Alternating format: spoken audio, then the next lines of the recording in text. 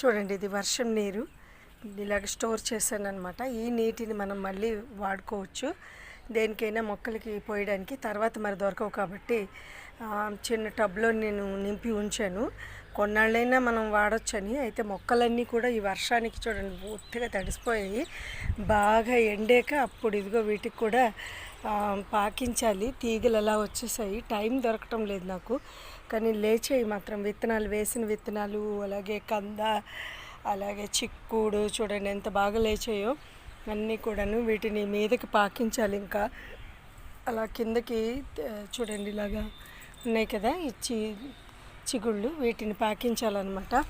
చెయ్యాలి, ఇంకా కట్టాలి. చాలా కడితే అప్పుడు నీట్గా వస్తుంది. ఇది సండే సెలవు వస్తుంది కదా, ఇంకా ఆ రోజైతే కట్టేస్తాను. ఇదిగో ఇదన్నీ పాకించడం కోసం ఉంచాను, ఎందుకంటే ఇక్కడ తీగ